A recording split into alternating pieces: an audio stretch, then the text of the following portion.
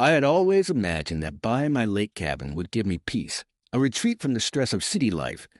Nestled among tall pines with a sweeping view of the water, it was the kind of place that silenced the noise of the outside world. The only problem was the neighborhood HOA.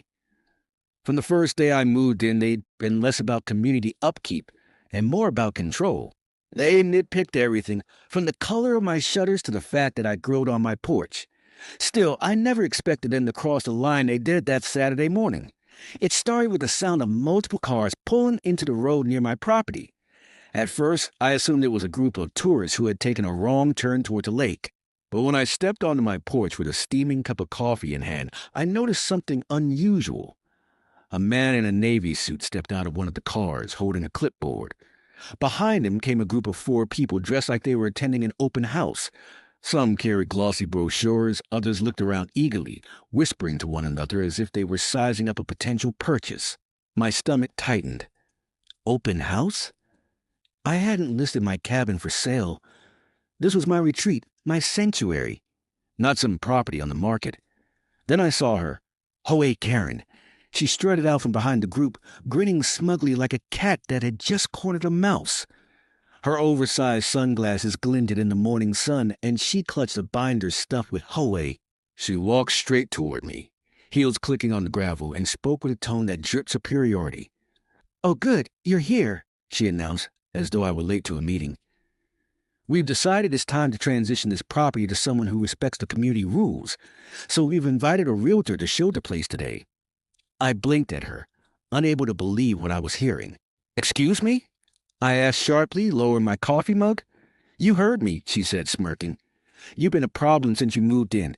You don't attend meetings, you don't follow guidelines, and frankly, this cabin could be better suited for someone who actually cares about preserving the neighborhood.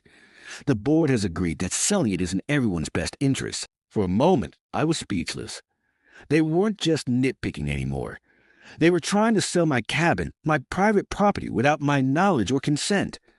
The realtor, apparently unaware of the full situation, stepped forward and greeted me politely, clearly believing this was a legitimate showing. He began introducing himself, explaining that he would be walking the buyers through the cabin to highlight its lakefront value. My blood boiled. The sheer arrogance of it all was staggering. Karen had overstepped before, threatening fines for minor landscaping, criticizing the dock I built, even complaining about my dog's presence, but this was a new level of insanity. She had not only lied to her realtor, but she had also dragged innocent people into her scheme, presenting my cabin as if the HOA owned it. I stood there on the porch, gripping the railing as I processed what was happening. The so-called buyers were staring at me now, clearly confused. One whispered, "Isn't this his house?" Another looked at Karen questioningly, as if they were beginning to suspect something was wrong. Karen, unfazed, waved her hand dismissively. "Oh, don't worry about him. He's just being difficult. Legally, the HOA has the right to decide what's best for the community." She said it so confidently, like she believed her own lie. But that was the moment I decided I wasn't going to let her make a fool out of me, not in my own home, and not in front of strangers. I let her keep talking, let her walk the group closer to the property line as if she owned the place. But in my mind, I was already forming my response. Karen thought she had control of the situation, but she had no idea what I was about to do next. Karen was still parading across my property, pointing out features like she was a tour guide of some open-air museum. "And over here," she told the group, gesturing toward my dock, "you'll find this charming access point to the lake. Of course, any new buyer would have to update it to HOA-approved specifications, but we've already drawn up the plans." The realtor nodded, jotting something down on his clipboard. The potential buyers exchanged uneasy glances, clearly sensing the tension between Karen and me. My hands tightened around the porch railing. Enough was enough. I walked down the steps slowly, deliberately, coffee mug still in hand. Every eye turned to me. My voice was calm, but it carried weight. "This cabin isn't for sale," I said firmly. "It never has been. And the HOA has no authority over my property. What you're witnessing here is a scam." The group froze. The realtor's pen stopped mid-scribble. Karen's smug grin faltered for a split second, but she quickly plastered it back on. "Don't listen to him," she snapped. "He's just upset because he knows the community is fed up with him. We have every right to. That's where you're wrong, I interrupted, pulling a folded document from my back pocket. I had anticipated a confrontation like this eventually. It was my deed, notarized, official, and clear as day. I held it up for everyone to see. This is my land. This cabin, the dock, the shoreline you're standing on, all mine. The HOA has zero claim. And if you step one more foot uninvited onto my property, you're trespassing. The realtor leaned forward, scanning the document. His face went pale. He turned to Karen, eyebrows furrowed. You told me this property was cleared for listing. You said the owner had signed off. Karen waved her hand dismissively, though her voice wavered. Oh, paperwork is just a formality. We're working on transferring it. The board? I cut in again, my tone sharp now. The board doesn't own this property. I do. And you just tried to con a realtor and a group of buyers into believing you had the authority to sell it.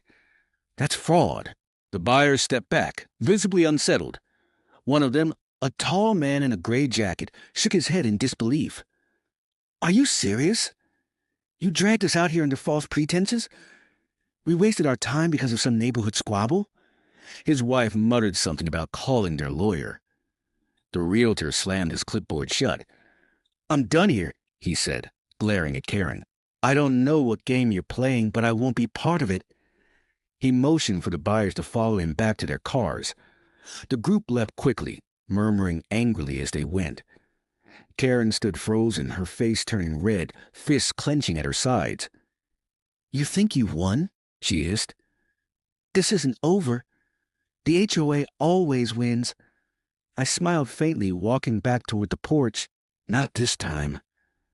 I reached into my pocket again, this time pulling out my phone. With a couple of taps, I played back the recording audio I had captured from the moment she arrived, boasting about selling my property. The sound of her voice filled the air, undeniable and damning. You just gave me everything I need, I said quietly.